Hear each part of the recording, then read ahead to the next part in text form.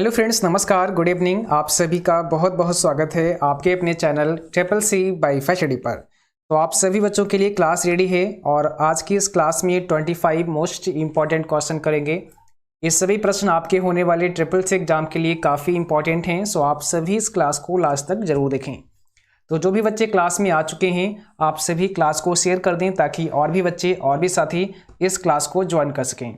और इस क्लास को स्टार्ट करने से पहले आप सभी को बता दें, अगर आप ट्रिपल सी एग्जाम के लिए ऑनलाइन मॉक टेस्ट करना चाहते हैं तो आप हमारी वेबसाइट www.triplec.com पर विजिट करें। यहाँ पर आपको ढेर सारे ऑनलाइन मॉक टेस्ट हिंदी और इंग्लिश में मिल जाएंगे। साथ ही साथ यहाँ से आप इंपॉर्टेंट क्वेश्चन आंसर और उसके PDF भी डाउनलोड कर सकते हैं। इस वेबसाइट का लिंक नीचे डिस्क्रिप्शन बॉक्स में दिया गया है, जहाँ से आप सभी विजिट कर सकते हैं। चलिए स्टार्ट करते हैं आज की इस क्लास को। और आज का सबसे पहला प्रश्न आपके सामने आ चुका है। आप सभी बच्चों को बताना है QR कोड कैसा होता है। QR कोड कैसा होता है, 2D, 3D, 4D या इसमें से कोई नहीं। तो जो करेक्ट जवाब है वो आपको कमेंट बॉक्स में बताना है। और जो भी बच्चे क्लास में आ चुके हैं आप सभी क्लास को शेयर करें, लाइक करें, और जिन बच्चों ने चैनल को सब्सक्राइब नहीं किया है तो आप सभी चैनल को भी सब्सक्राइब करें और घंटी के भी बटन को दबा लें ताकि नोटिफिकेशन भी आप सभी बच्चों को मिलते रहें। QR का मतलब होता है क्विक रिस्पॉन्स कोड, है ना। क्विक रिस्पॉन्स कोड होता है, कैसा होता है, तो ये 2D होता है, 2 डायमेंशनल, इसको याद रखना है, 2D होता है, ठीक है। चलिए क्वेश्चन नंबर देखिए सेकंड, और यहाँ पे पूछा है डिलीट की कर्सर के किस तरफ के वर्ड को मिटाती है। जो डिलीट की होती है वो कर्सर के किस तरफ के वर्ड को मिटाती है। आपको जवाब करना है, इसमें सही जवाब क्या हो जाएगा बताइए। जो डिलीट की होती है कर्सर के राइट साइड के वर्ड को मिटाती है। जैसे कर्सर आपका यहाँ पे है, ये आपका कर्सर है जो ब्लिंक करता है। आपने देखा होगा एक लाइन ऐसी होती है जो कि आप अभी स्क्रीन पर देख रहे हैं और ये ब्लिंक कर रही है। और जब हम डिलीट बटन दबाते हैं तो इस कर्सर के राइट साइड यानी कि दाईं तरफ का जो लेटर होगा वो डिलीट होगा। तो जैसे ही हमने डिलीट बटन दबाया, देखो के यहाँ से डिलीट हो चुका है, फिर वर्ड, वा और ये सब हो रहा है, यानी कि कर्सर के राइट साइड से डिलीट हो रहा है। तो आपका आंसर हो जाएगा बी। यही जब आप बैक स्पेस प्रेस करते हैं तो बैक स्पेस से क्या होता है, कर्सर के लेफ्ट साइड का जो लेटर होता है वो डिलीट होता है। थर्ड क्वेश्चन में पूछा है ईमेल में यूजर नेम और डोमेन नेम को कौन अलग करता है। आपका जो एक ईमेल एड्रेस होता है, ईमेल का पता होता है, इसमें जो यूजर नेम होता है और डोमेन नेम होता है, दोनों को अलग करने का काम कौन करता है। तो कई सारे सिंबल आपके सामने हैं, यहाँ पर 4 ऑप्शन है, इसमें से राइट आंसर क्या हो जाएगा, सी ऑप्शन। जो @ का सिंबल है ये डोमेन नेम और यूजर नेम को अलग करता है। ईमेल एड्रेस में जो पहला वाला पार्ट होता है वो आपका यूजर नेम होता है और @ सिंबल के बाद वाला जो पार्ट होता है वो आपका डोमेन नेम होता है। क्या 2 लोगों का IP एड्रेस सेम हो सकता है, मीन्स एक समान हो सकता है, एक जैसा हो सकता है। 2 लोगों का IP एड्रेस एक जैसा हो सकता है, ट्रू फॉल्स में आंसर करना है। तो यहाँ पे कौन सा राइट आंसर है भाई, नहीं हो सकता है ना, ये फॉल्स है। 2 लोगों का IP एड्रेस एक जैसा नहीं हो सकता है। जैसे 2 लोगों का मोबाइल नंबर एक नहीं हो सकता है, वैसे ही 2 लोगों का IP एड्रेस एक नहीं हो सकता है, क्योंकि IP एड्रेस एक यूनिक एड्रेस होता है, एक यूनिक पता होता है। क्वेश्चन 5 कहता है किसी सेल को कंट्रोल के साथ में माइनस के द्वारा डिलीट कर सकते हैं। देखो यहाँ पर कंट्रोल प्लस माइनस दिया है, ये प्लस का मतलब होता है साथ में, इसलिए यहाँ पे प्लस लगा देते हैं। यानी कि कंट्रोल के साथ में अगर माइनस दबाते हैं तो आप डिलीट कर सकते हैं किसी सेल को। क्या ये बात सही है? लिब्रे ऑफिस कैल्क में अगर आप जाएंगे और वहाँ पर किसी भी सेल को आपने एक्टिव किया हुआ है और कंट्रोल के साथ में जैसे ही माइनस प्रेस करेंगे तो सेल डिलीट करने का एक बॉक्स ओपन होगा, ठीक है। तो बिल्कुल सही है, आप कंट्रोल माइनस से सेल को डिलीट कर सकते हैं। यही कंट्रोल प्लस जब आप दबाएंगे तो कंट्रोल प्लस से क्या होगा, सेल को इंसर्ट कर सकते हैं, ठीक है। माइनस से डिलीट करेंगे, प्लस से आप इंसर्ट कर सकते हैं, ओके। अगला क्वेश्चन देखिए, मैसेंजर का जनक कौन है। इंस्टाग्राम, फेसबुक, व्हाट्सएप या फिर नन ऑफ दीज। तो आप सभी बच्चे बताएं इसमें से कौन सा है राइट आंसर, मैसेंजर का जनक कौन है, बताइए।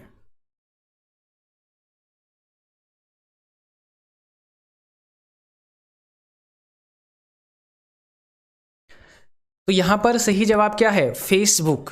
मैसेंजर का जो जनक है वो है फेसबुक, ठीक है, ऑप्शन बी। फेसबुक एक सोशल नेटवर्किंग साइट है, आपको पता है। क्वेश्चन देखिए 7 कहता है वर्ड फाइल का एक्सटेंशन बताइए। वर्ड फाइल का एक्सटेंशन क्या है? ऑप्शन 4 से आपके सामने .odt है, .ods है, .doc है या फिर नन ऑफ दीज। तो अब आपको बताना है कमेंट बॉक्स में इसका सही जवाब क्या हो जाएगा। वर्ड फाइल का एक्सटेंशन क्या होता है? तो सिंपल सी बात है भाई, .doc ये एक्सटेंशन है वर्ड फाइल का। इसके बाद में .ods दिया है, आप सभी बच्चे बताएं नीचे कमेंट बॉक्स में .ods किसका एक्सटेंशन है? आप लोग जल्दी से बताइए। अगर आपने क्लास देखे हैं, पढ़ा है, और अगर आप सही से पढ़ते हैं तो आपको पता होगा .ods किसका एक्सटेंशन नेम है। ODS है आपका लिब्रे ऑफिस कैल्क का। किसका है? Libre office Calc, open document spreadsheet. ODT बताइए किसका है? ODT है लिब्रे ऑफिस राइटर का, ओपन डॉक्यूमेंट टेक्स्ट होता है, इसका फुल फॉर्म याद करना है, इसको नोट कर लेना है। क्वेश्चन देखिए AEPS से लेन देन में किसकी आवश्यकता नहीं पड़ती है? यानी कि जब आप AEPS से कोई भी लेन देन करते हैं तो आपको किसकी आवश्यकता नहीं होती है? अकाउंट नंबर की, आधार नंबर की, फिंगरप्रिंट की या नन ऑफ दीज। बताइए, जब आप AEPS से लेन देन करते हैं तो किसकी आवश्यकता नहीं होती है? AEPS का मतलब आधार इनेबल्ड पेमेंट सिस्टम, और इसमें अकाउंट नंबर की आवश्यकता नहीं होती है। बस आपको आधार नंबर बताना है, अपना फिंगरप्रिंट देना है और पैसे आप निकाल सकते हैं या फिर जमा कर सकते हैं, ठीक है। तो अकाउंट नंबर की आवश्यकता नहीं होती है। अगला क्वेश्चन पूछा है आपसे, कोबॉल का full form common business oriented language होता है। अब आपको ट्रू फॉल्स में बताना है क्या ये सही है या फिर गलत है। कोबॉल का full form common business oriented language होता है। और बच्चों आप सभी को बता दें, लिब्रे ऑफिस में जो भी इंपॉर्टेंट फार्मूले हैं लिब्रे ऑफिस कैल्क में, वो हम अलग से आप लोगों को पढ़ा चुके हैं। बहुत सारे फार्मूले, जैसे राउंड हो गया आपका, ठीक है, क्वोशिएंट हो गया आपका, सीलिंग हो गया, फ्लोर हो गया, मैक्स हो गया, मिन हो गया, ये सभी मतलब जितने भी फार्मूले आपके एग्जाम में पूछे जाते हैं सभी पढ़ा दिए हैं और बहुत ही डिटेल में हमने आपको समझाए हैं। तो आप उसे अवश्य देख लेना, वहाँ से भी बहुत सारे क्वेश्चन बनते हैं और अगर आप वो सभी क्वेश्चन कर पाते हैं तो निश्चित रूप से आप एक अच्छी ग्रेड हासिल कर सकते हैं। तो इसलिए आप सभी इंपॉर्टेंट फार्मूले वाली क्लास भी जरूर देखें, ठीक है। यहाँ पे क्या हो जाएगा, क्वेश्चन नंबर 9 का राइट आंसर आप लोग बताइए, करेक्ट जवाब कौन सा है? बिल्कुल सही है, ऑप्शन पहला करेक्ट है। कोबॉल का मतलब होता है कॉमन बिजनेस ओरिएंटेड लैंग्वेज। अगला क्वेश्चन और ये काफ़ी इंपॉर्टेंट है, पूछा है डिजी लॉकर में कितने साइज की फाइल अपलोड कर सकते हैं? मैक्सिमम साइज कितना होना चाहिए, यानी कि मैक्सिमम कितनी साइज की फाइल को आप अपलोड कर सकते हैं, इससे ज़्यादा फिर आप नहीं कर पाएंगे। किसमें? डिजी लॉकर में। तो 10 MB है या फिर 20 MB है या फिर 25 MB है या फिर 15 MB है? आपका जवाब क्या है जल्दी से बताइए कमेंट बॉक्स में। कोशिश करिए आंसर सही देने का, और यहाँ पे होगा 10 MB से ज़्यादा की फाइल आप डिजी लॉकर में नहीं अपलोड कर सकते हैं। तो मैक्सिमम साइज जो होगा वो 10 MB का होगा। और एक बात और आप लोग नोट कर लेना, देखो हमारी क्लास जब किया करो तो अपने साथ कॉपी और पेन अवश्य लेकर बैठा करो। बहुत सारी चीज़ें ऐसी हैं जो कि मौखिक हम आपको बता देते हैं, उनको नोट कर लिया करो, ठीक है। तो डिजी लॉकर में जो मैक्सिमम जो टोटल आपको स्टोरेज कैपेसिटी मिलती है वो कितनी होती है मैक्सिमम, ठीक है। डिजी लॉकर में टोटल स्टोरेज क्षमता कितनी होती है ये आपको बताना है, और राइट आंसर है इसका 1 GB। टोटल जो स्टोरेज कैपेसिटी है 1 GB की, डिजी लॉकर में फाइल अपलोड करने की जो मैक्सिमम साइज है वो 10 MB का है, याद रखना है। अगला क्वेश्चन देखिए, RTGS और NEFT दोनों एक ही कार्य करते हैं, दोनों का कार्य सेम है, एक ही काम करते हैं। RTGS और NEFT दोनों एक ही कार्य करते हैं, क्या इसका जवाब करेंगे आप लोग? तो बिल्कुल सही बात है भाई, दोनों का कार्य एक ही है, ठीक है। यानी कि अगर आप यात्रा कर रहे हैं तो भाई जैसे आपको नई दिल्ली जाना है, ठीक है, तो आप ट्रेन से जा सकते हैं, आप बाई बस जा सकते हैं, दोनों का काम एक ही है। दोनों का काम यही है कि भैया आपको आपके गंतव्य तक, ठीक है, पहुंचा देना, ठीक है। तो दोनों का काम सेम है। RTGS और NEFT दोनों का काम क्या है? पैसे ट्रांजैक्शन करना, ऑनलाइन अगर आप किसी को पैसे ट्रांसफ़र करते हैं तो दोनों का काम सेम है। आप आरटीजीएस कर सकते हैं, आप एनईएफटी कर सकते हैं, है ना। तो आरटीजीएस का मतलब है रियल टाइम ग्रॉस सेटलमेंट और एनईएफटी का मतलब है नेशनल इलेक्ट्रॉनिक फंड्स ट्रांसफ़र। तो दोनों के कार्य सेम हैं, आप ये कह सकते हैं, इसलिए ऑप्शन पहला करेक्ट हो जाएगा। बट दोनों में कुछ लिमिटेशंस हैं, बट कार्य सेम है। लैन देशों और महाद्वीपों तक होता है, लैन जो होता है वो देशों और महाद्वीपों तक फैला होता है, क्या ये सही है? तो बिल्कुल ये सही नहीं है भैया, फॉल्स है। लैन जिसे कहते हैं लोकल एरिया नेटवर्क, ये देशों और महाद्वीपों तक फैला नहीं होता है। डिफरेंस इंजन कब निर्मित हुआ था? आपको बताना है डिफरेंस इंजन कब निर्मित हुआ था, ये काफ़ी इंपॉर्टेंट क्वेश्चन है और इसका जो सही जवाब है वो है 1822 में।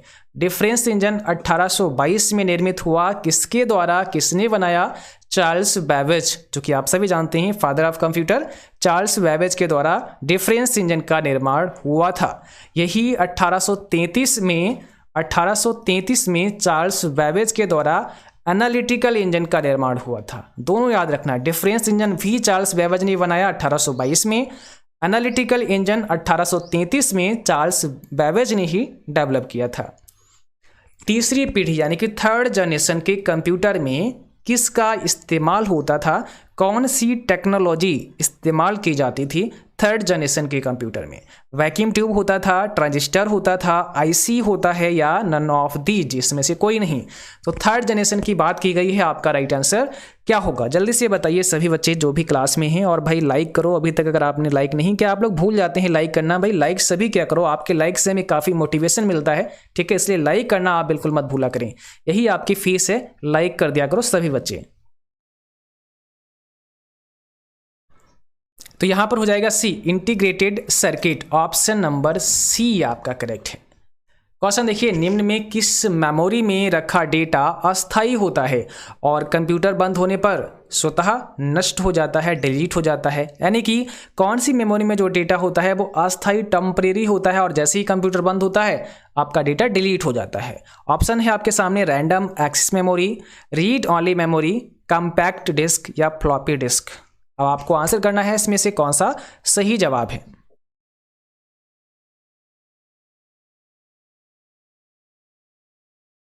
यहां पर हो जाएगा रैंडम एक्सेस मेमोरी, ऑप्शन पहला करेक्ट है, रैंडम एक्सेस मेमोरी, इसको याद रखना है, ठीक है।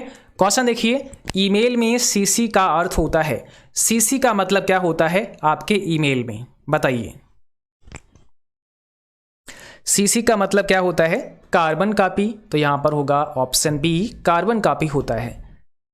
प्रोटोकॉल के पास ऐसा गुण है जो मेल संदेश को अपलोड करने की अनुमति देता है, ऐसा कौन सा प्रोटोकॉल है जो मेल संदेश को अपलोड करने की अनुमति देता है, बताइए। यहां पे कौन सा राइट आंसर है? ऑप्शन नंबर बी, IMAP, ठीक है, ऑप्शन बी आपका राइट है यहां पर, IMAP।